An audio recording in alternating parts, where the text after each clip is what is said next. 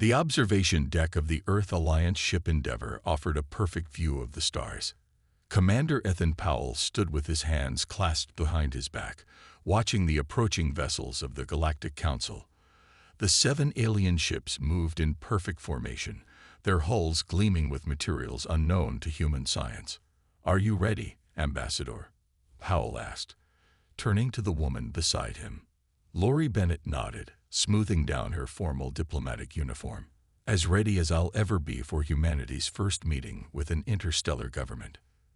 The year was 2157. Humanity had achieved faster-than-light travel just 5 years ago. The discovery of the quantum fold drive had propelled Earth from a single-planet species to potential members of the galactic community. When the Galactic Council had made contact 3 months ago, the entire planet celebrated. They were not alone. Now, orbiting a neutral point near Alpha Centauri, the Endeavour prepared to host the first official meeting between humans and the Council representatives. "The Council delegation is requesting permission to board," said Communications Officer Jack Miller from his station. Powell nodded. "Grant permission. Honor guard to the docking bay." Bennett took a deep breath. Here we go. The Council representatives were as diverse as Earth's own ecosystem. The leader, Ambassador Klaxazor of the Zontari, towered over the humans at nearly 8 feet tall. His blue-scaled skin reflected the light as he walked, flanked by representatives of 6 other species. "Welcome aboard the Endeavour," Bennett said, performing the formal bow the Council had instructed Earth to use. "We are honored by your presence." Klaxazor's multifaceted eyes scanned the human delegation. "The Council acknowledges Earth's greeting," he said, his translator converting his clicks and whistles into English. He made no reciprocal gesture of respect. Powell noticed the slight immediately, but kept his face neutral as they escorted the delegates to the conference room. The meeting started cordially enough. Bennett presented Earth's case for membership in the Galactic Council, their technological achievements, cultural diversity, and commitment to peaceful cooperation. But as the meeting progressed, Powell grew increasingly uncomfortable with the Council's responses. "Your species has advanced quickly," said Klaxor, "but you remain primitive in many ways. Your history is filled with violence and conflict." "Every species has a troubled past," Bennett replied diplomatically. "We've worked hard to overcome ours." Klaxazor's mouthparts clicked rapidly. A sound Powell would later learn was laughter. "The Council has terms for Earth's membership."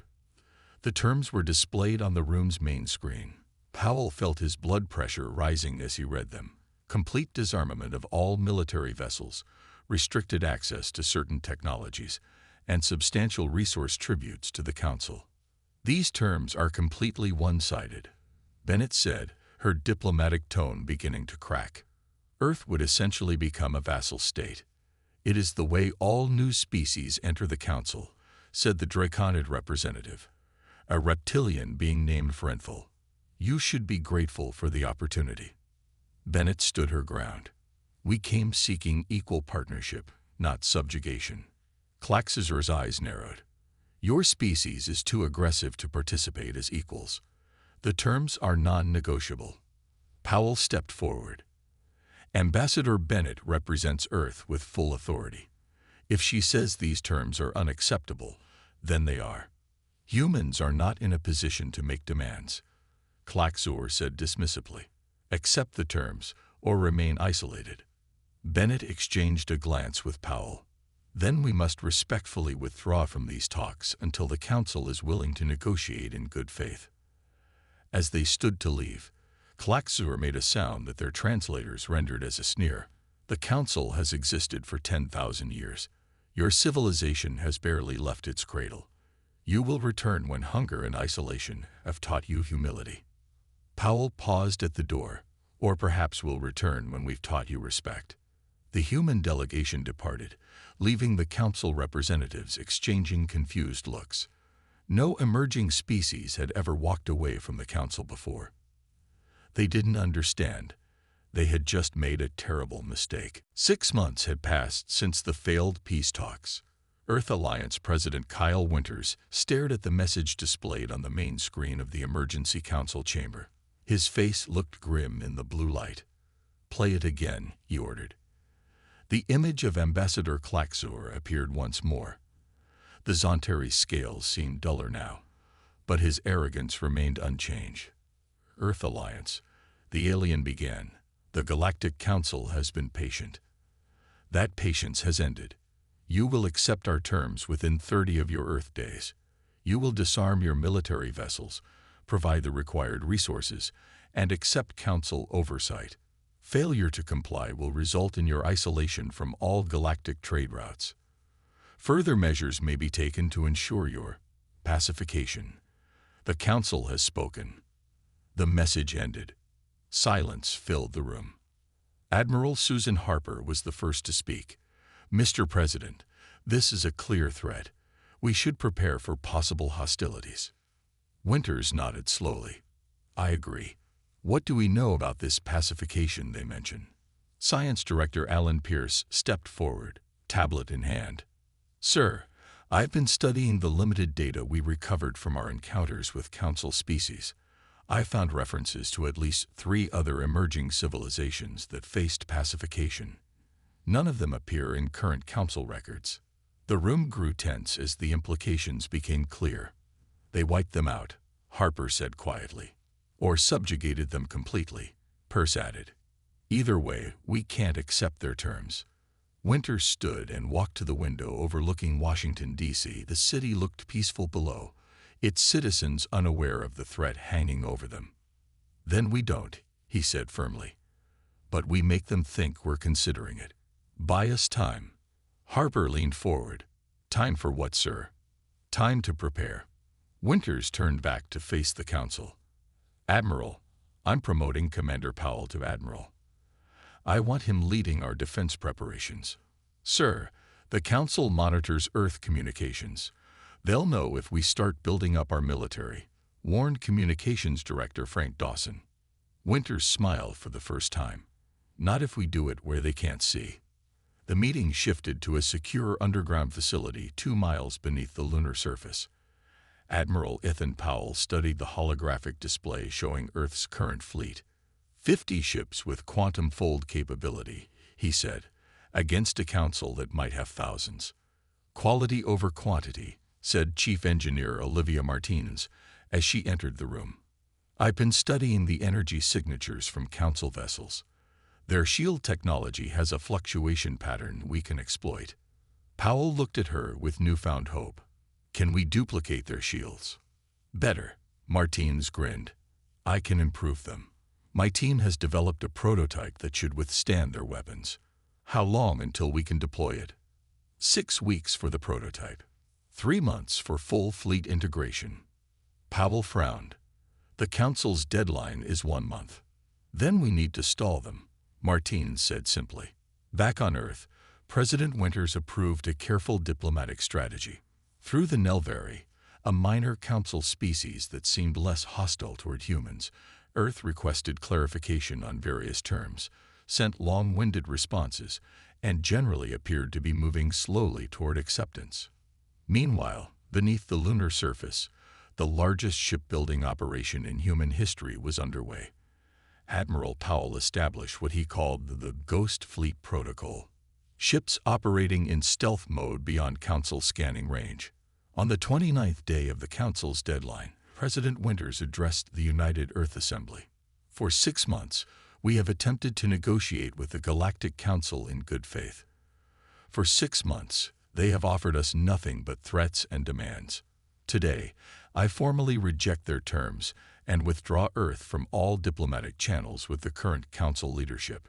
Across the galaxy, in the Grand Council chambers, Klaxor received the message with disbelief. "Impossible," he muttered. "They cannot be this foolish." The Draconid commander Vrenthal approached. "What shall we do with these humans?" Klaxor waved dismissively. "Send a demonstration force. Nothing too large. We don't want to waste resources. Just enough to show them their place." What the Council didn't know, humans had been studying their every move. The massive lunar underground facility hummed with activity. Engineers and workers moved with purpose through the cavernous space. Where there had been empty rock 6 months ago, now stood the framework of Earth's largest shipyard. Chief Engineer Olivia Martinez walked alongside Dr. Greg Lawson, gesturing toward the enormous vessel taking shape before them. "We're calling her the Defiance," Martinez said proudly. First of her class and nearly complete. The ship was unlike any Earth had built before. Its sleek hull incorporated elements of Council design that Earth scientists had observed and improved upon. But it was what lay beneath the surface that made Martinez most proud. "The shield technology is ready," she explained. "We've not only duplicated the Council's approach but enhanced it. Their weapons are calibrated to overcome their own shields. Ours operate on a modified frequency it won't expect." Dr. Lawson nodded approvingly. "And my contribution?" Martinez smiled. "The planetary defense grid is being installed as we speak. If they get past our ships, they'll have another surprise waiting." On the surface, Earth appeared to be preparing for surrender. Official broadcasts discussed the benefits of joining the galactic community. Public buildings displayed Council symbols as gestures of goodwill. Every transmission Earth sent was designed to be intercepted by Council monitoring systems. In reality, Earth was mobilizing for war. Admiral Powell stood in the command center of the lunar base, reviewing tactical simulations. His new rank insignia still felt strange on his uniform.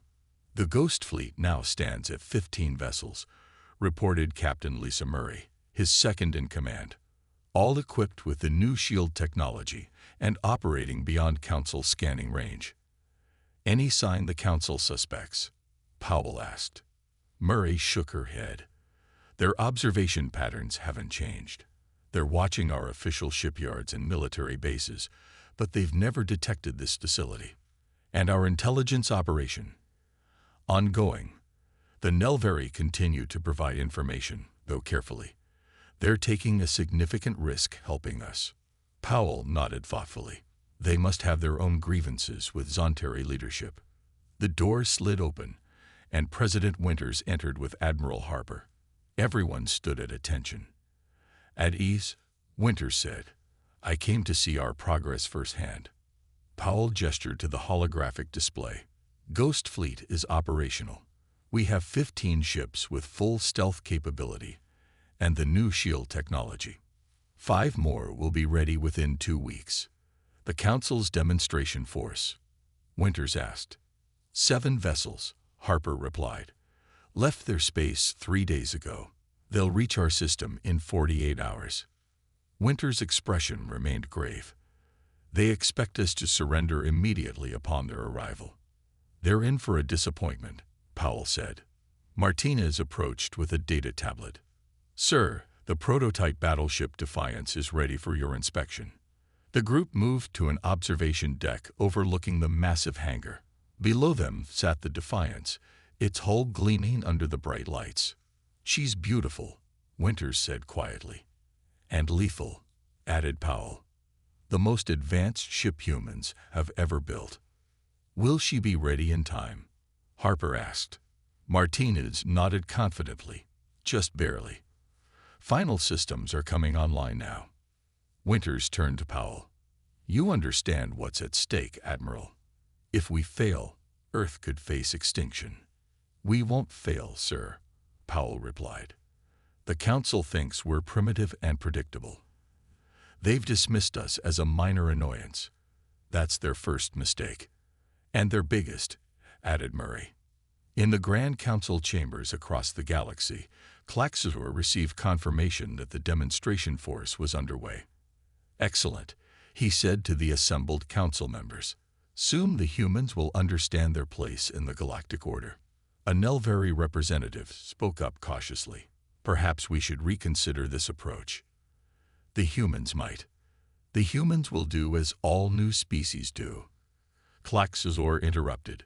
"They will see our power and submit, or they will be pacified." The Nelvari fell silent, but exchanged meaningful glances with representatives from 2 other minor Council species. Back on Earth, the final preparations were complete. The Ghost Fleet moved into position, hidden from Council sensors.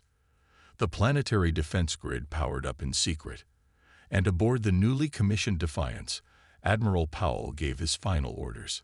"The Council thinks we're preparing to surrender," he told his crew. "Let's show them how wrong they are." The Council demonstration force emerged from faster-than-light travel at the edge of the solar system. 7 warships, each 5 times larger than Earth's biggest vessels, moved in perfect formation. Their hulls gleamed with a metallic blue-green color unknown to human science.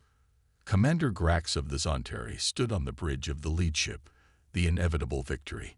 He looked at the display showing the small blue planet in the distance. "Scan for Earth defensive positions," he ordered.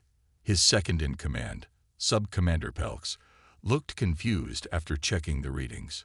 "Sir, I'm not detecting any defensive positions. No weapon platforms, no fleet formations." Grax frowned. "That can't be right. Run the scan again." The results came back the same. The space around Earth appeared completely undefended. "Could they have hidden their forces?" asked Pelks. Grax made a dismissive gesture. "Impossible. Our scanners can detect any ship within this system. The humans must have decided to surrender without a fight." He smiled, revealing sharp teeth. "Wise, but disappointing. I had hoped for at least some token resistance." The demonstration force moved closer to Earth, passing the orbit of Neptune, then Uranus. Still no sign of human defenses. The Council ships proceeded exactly according to standard intimidation protocols. A slow, visible approach designed to give the humans time to contemplate the hopelessness of resistance. As they reached the orbit of Mars, Grax prepared to send the surrender demand. That's when everything changed. On the bridge of the Defiance, hidden behind Mars' larger moon Phobos, Admiral Powell watched the Council ships approach. "They're following the exact course our intelligence predicted," said Captain Murray, standing beside him. "Standard intimidation approach." Powell nodded. "They're so confident they don't even consider the possibility of a trap." He turned to his communications officer. "Signal the Ghost Fleet. Execute Operation Shadow Strike." Throughout the solar system, 15 Earth vessels dropped their stealth fields.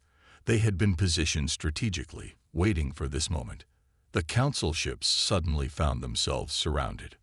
On the Inevitable Victory, alarms blared. "Sir," Pelks shouted in disbelief, multiple ships appearing on scanners. There, they were already here. Grax stared at the display in shock. "Impossible. Our scanners would have detected." His words were cut off as the first shots from Earth's ships hit the Council vessels' shields. To Grax's horror, the impacts caused significantly more damage than they should have. "They've modified their weapons," he shouted. "Evasive maneuvers. Call for reinforcements." But the Earth ships had been positioned perfectly. Each Council vessel faced attacks from multiple directions. The battle had been meticulously planned. Powell watched as the Earth ships executed their attack runs with precision. "The Council expected us to follow conventional tactics," he said. "They never considered we might study their methods and develop countermeasures." The Defiance moved out from behind Phobos, powering up its main weapons. The massive battleship dwarfed the other Earth vessels, though it was still smaller than the Council warships. "Target the Inevitable Victory," Powell ordered. "Let's introduce ourselves properly." The Defiance's main cannon fired, a lance of blue energy that cut through space. When it hit the Council flagship shields, they flickered and partially collapsed, exactly as Martinez had predicted. The Earth weapons were calibrated to exploit the weaknesses in Council shield technology. 6 of the 7 Council ships were quickly disabled or destroyed. Only the Inevitable Victory managed to escape, its hull damaged and systems failing. Grax had only one goal now: return to Council space and report what had happened. As the damaged Council ship limped away, Captain Murray turned to Powell. "Should we pursue, sir?" Powell shook his head. "No. Let him go. Let him tell the Council what happened here. Let them know this was just the beginning." On the Inevitable Victory, Grax stared at the tactical display in disbelief. His demonstration force, Ships that should have easily overwhelmed any resistance from a primitive species had been decimated in minutes. "How?" he whispered. "How did they do this?" As his damaged ship prepared to jump back to Council space, Grax knew one thing with certainty. The Galactic Council had severely underestimated the humans, and they were about to learn just how costly that mistake had been. The Grand Council chamber erupted into chaos. Representatives from 24 species shouted over each other as Klaxozor tried to maintain order. The damaged, inevitable victory had limped back to Council space with news of the defeat, and now the entire Galactic Council was in an uproar. "Silence!" Klaxozor finally bellowed, his voice amplified by the chamber's acoustics. The room gradually quieted. "Commander Grax, continue your report." Grax stood in the center of the chamber, his scales dull with shame. "The humans ambushed us with ships our scanners couldn't detect. They knew our shield frequencies and weapon patterns. 6 of our 7 ships were destroyed or captured." "Impossible," said Vrenthal, the Draconid representative. "No primitive species could develop such technology independently." He turned to Klaxozor. "Someone must be helping them. One of our rivals beyond Council space, perhaps." Klaxozor nodded, grateful for the explanation. "Yes, that must be it. The humans have found allies among our enemies."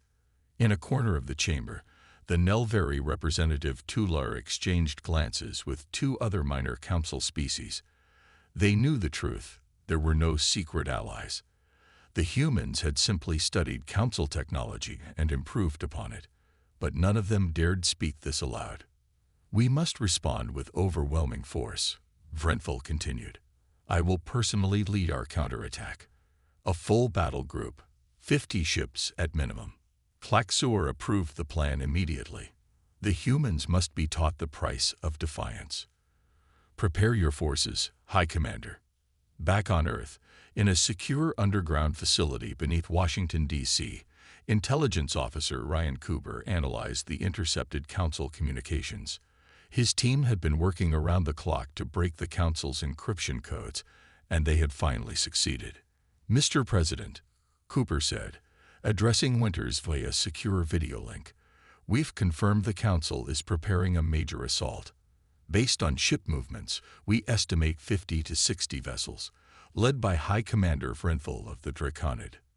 Winters' expression remained calm, but his eyes showed concern. "Timeline: 3 weeks, sir. They're gathering forces from across Council space." "Thank you, Officer Cooper. Keep monitoring." Winters ended the call and turned to Admiral Harper, who stood beside him. "Can we withstand an attack of that magnitude?" Harper's face was grim. "Not in a conventional battle, sir, but Powell and Martinez have been planning for this." In lunar orbit, the Ghost Fleet had doubled in size. 28 ships now patrolled the edges of the solar system, using their stealth technology to remain invisible to conventional scans.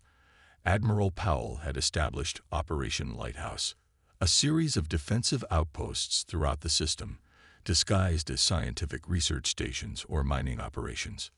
Powell met with Martinez and Dr. Lawson aboard the Defiance to review their preparations. "The good news," said Martinez, "is that we've fully analyzed the captured Council vessels. Their technology is more advanced than ours in some areas, but not as advanced as they led us to believe." "Their greatest advantage is numbers," Powell said. Lawson stepped forward. "Which is why this might be our most valuable asset." He activated a holographic display showing the small device. "We've completed testing on the EMP weapon. It can disable Council ships without destroying them." Powell studied the device with interest. "Range?" "Limited," Lawson admitted. "We'll need to get close, but it would allow us to capture more of their ships intact and turn their numbers advantage against them." Powell nodded approvingly. "Well done." Meanwhile, in the depths of Council space, the Nelveri representative Tular met secretly with several other minor Council species. Their meeting took place on a small, unremarkable space station far from the Council capital. The Zonteri refused to consider that they might be wrong about the humans, Tular said quietly. This escalation will only lead to more bloodshed. What do you propose? Asked Gembar of the Laneri, a feline species known for their caution. I have established a private channel to Earth, Tuller admitted. I believe we should offer them information, help them prepare. The others looked shocked at this suggestion of betrayal, but none immediately rejected it. The Zonteri have led us for too long, said another representative. Perhaps it is time for change. As the council prepared its armada, cracks were already forming in its once solid unity, and Earth, despite the coming storm, found itself with unexpected allies. The council armada arrived at the edge of the solar system with devastating force. 53 warships dropped out of faster-than-light travel in perfect formation, their weapon systems already powered up. At their center was the massive dreadnought Unyielding Dominance, commanded by High Commander Vrenthal himself. Scan for Earth defenses, Vrenthal ordered. Unlike Commander Grax before him, he would not be caught unprepared. Multiple defensive positions detected around the outer planet stir, reported his tactical officer. But no sign of their stealth ships. Vrenthal nodded thoughtfully. They can hide their ships, but not their fixed defenses. Target the outposts around the gas giants first. The Council fleet moved methodically, destroying the human outposts orbiting Neptune and Uranus. But they found no Earth ships to engage. Where is their fleet? Vrenthal demanded, growing frustrated. They must defend their outposts. In the command center beneath the lunar surface, Admiral Powell watched the tactical display with calm focus. President Winters and Admiral Harper had joined him to observe the opening stages of the conflict.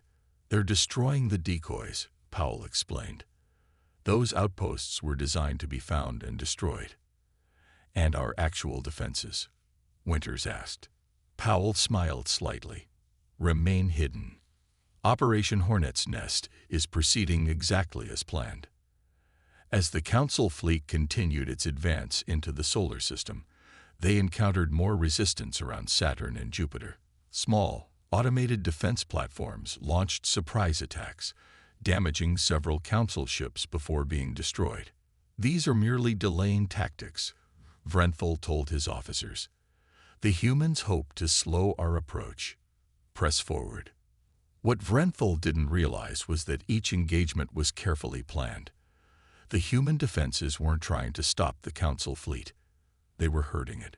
They're entering the asteroid belt, reported Captain Murray aboard the Defiance, which remained hidden behind Mars.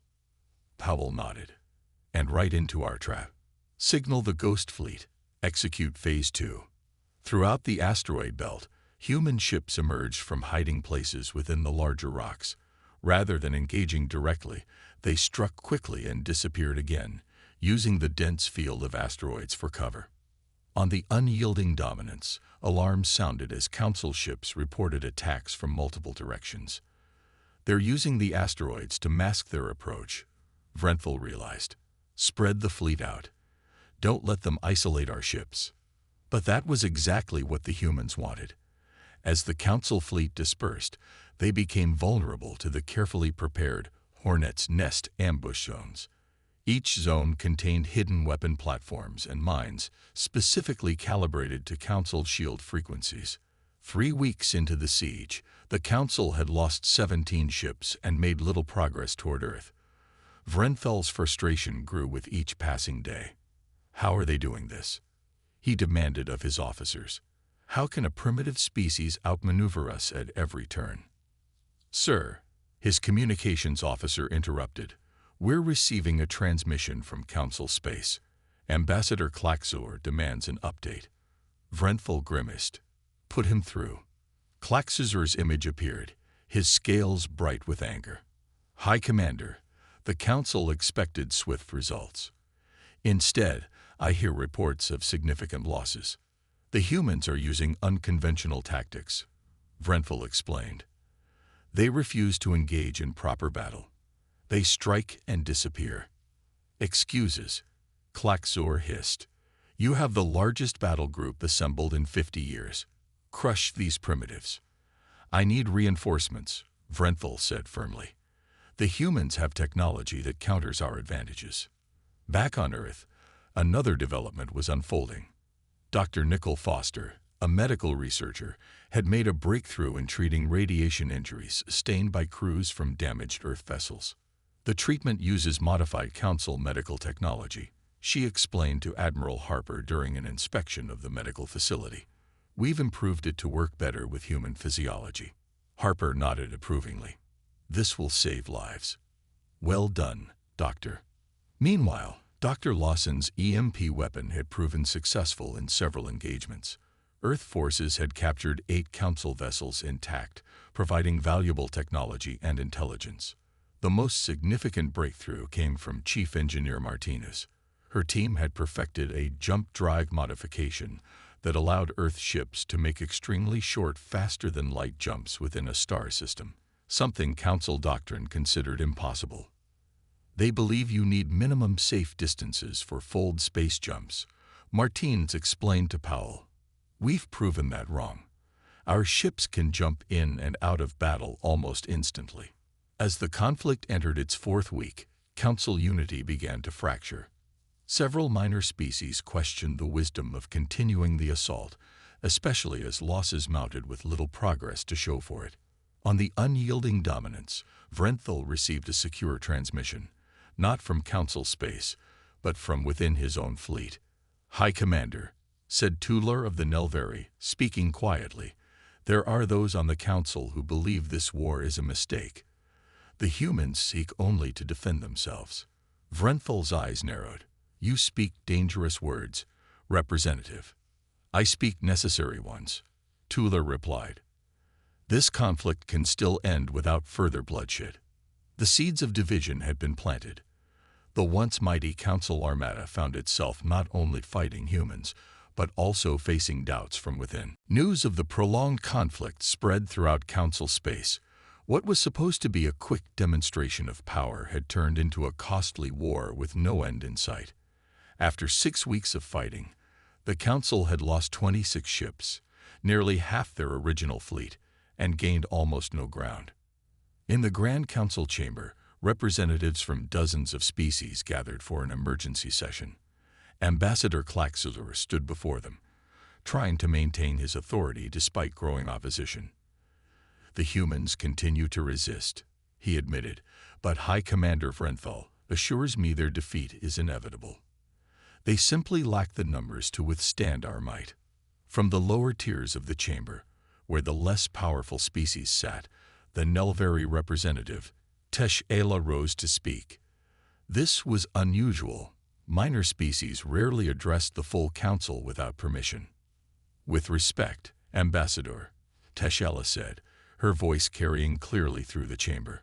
We have received different information. Our sources suggest the humans are not only holding their ground, but developing new technologies that counter our advantages. Murmurs spread through the chamber. Klaxor's scales darkened with anger. Your sources are mistaken, he said dismissively. No primitive species called. Perhaps, interrupted Jembar of the Laneri, another minor species, we should reconsider what it means to be primitive. The humans abandoned our peace talks because we treated them as inferiors. What if that assessment was wrong?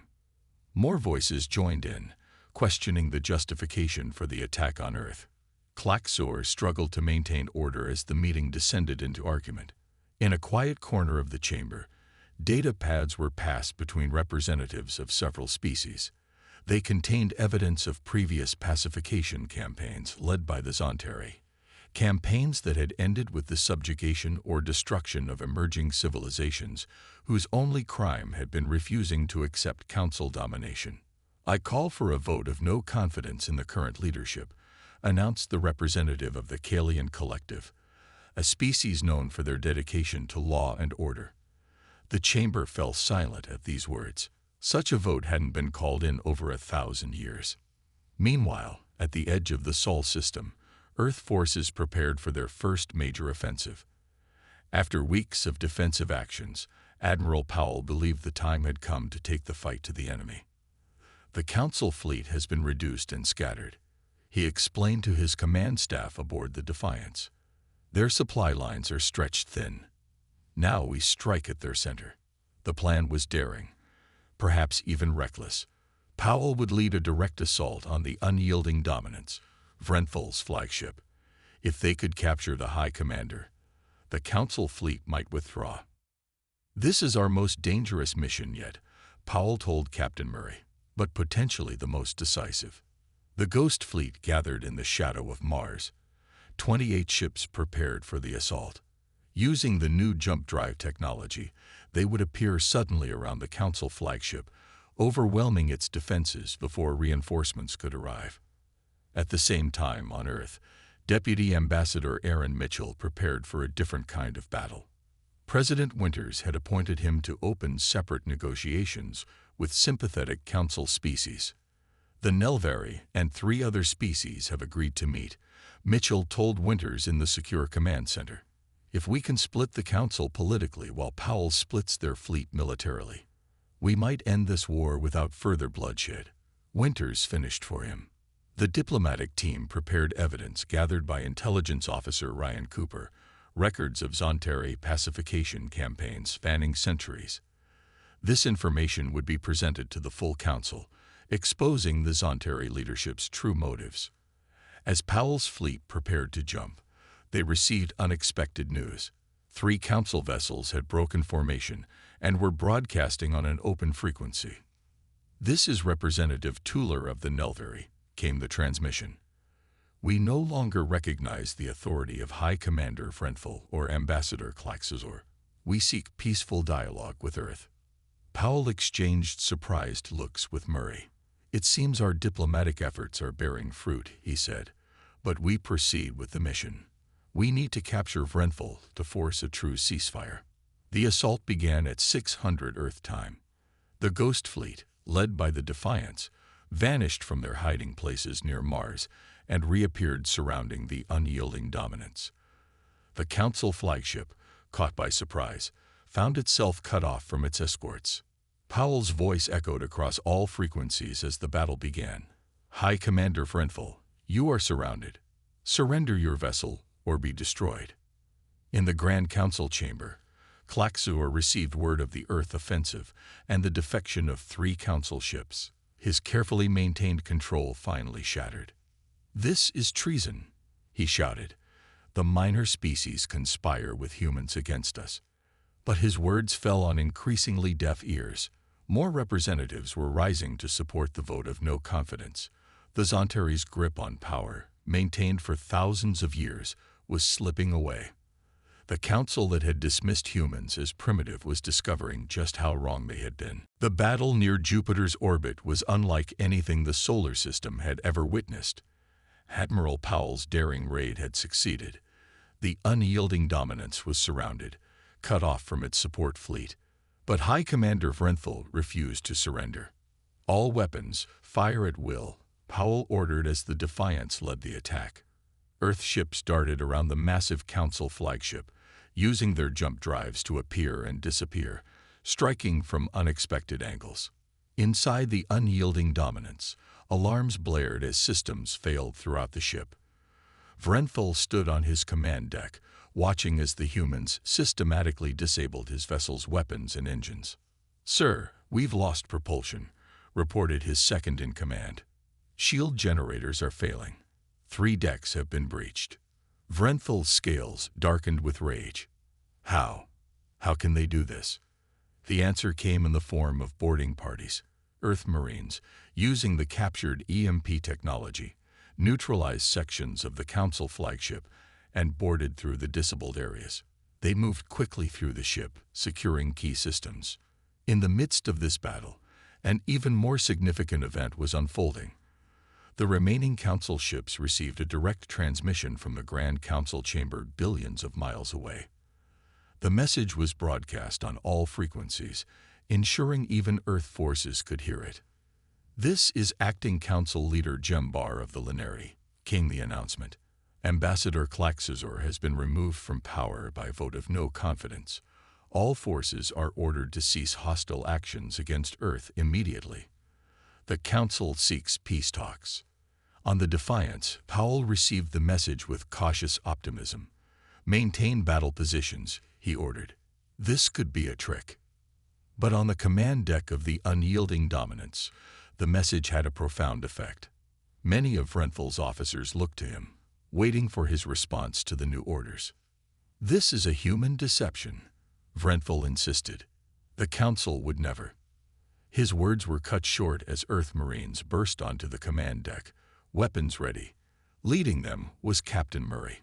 "High Commander Vrenfel," she said firmly, "your ship is taken. Your council has abandoned you. The war is over."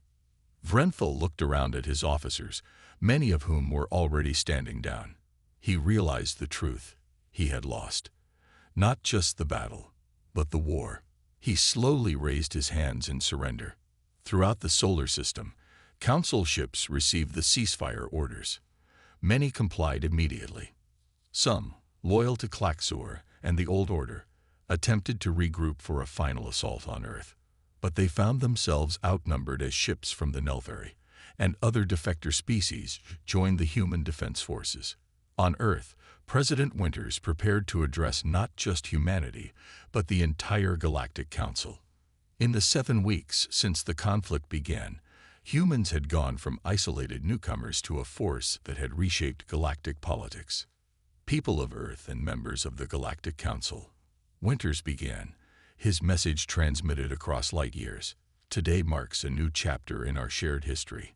The conflict between us was unnecessary, born from misunderstanding and arrogance. But from this painful beginning, we have an opportunity to build something better." In the Grand Council chamber, now led by Jembar and a coalition of formerly minor species, Winter's message was received with mixed emotions. The Zontari representatives sat in stunned silence. Their dominance ended after 10,000 years. Other species listened with growing hope. "Earth offers peace," Winters continued, "but not subjugation. We will join a galactic council of equals, where all species have voice and representation. The era of pacification is over." 2 weeks later, the formal peace agreement was signed. The Galactic Council was reorganized with Earth as a founding member of the new compact. Ambassador Laurie Bennett, who had walked away from the original peace talks months ago, returned to the council chambers, this time as an equal. "The terms we rejected were unfair," she reminded the assembled representatives. "We chose potential war over certain submission, but our goal was never conflict, it was respect." In the following months, the technologies developed during the brief but intense war benefited all council species. Martinez's improved shield designs and jump drive innovations were shared freely. Dr. Foster's medical treatments saved lives across dozens of worlds. Admiral Powell, the architect of Earth's military victory, was chosen to command the first joint species exploration vessel. The ship, christened Harmony, carried representatives from 15 council species, including humans. "Our first mistake was thinking the galaxy belonged to us alone," said acting council leader Jembar during the launch ceremony. "Our second was underestimating the newest members of our community." As the Harmony prepared for its first mission, Powell stood on the observation deck with Captain Murray, watching Earth recede in the distance. "Do you think we'll find other species out there?" Murray asked. "Other civilizations the old council might have pacified." Powell nodded thoughtfully. "Almost certainly, and when we do, we'll approach them differently. Not as conquerors or superiors, but as equals." In the rebuilt council chambers, a new memorial stood, honoring those lost in what was now called the Unification Conflict. Representatives from all species, including the Zontari, came to pay respects. The plaque bore a simple message in multiple languages. "In remembrance of those who gave their lives, may we learn from our mistakes and build a better galaxy together." The humans who had abandoned peace talks had not only saved their planet, they had transformed the galaxy.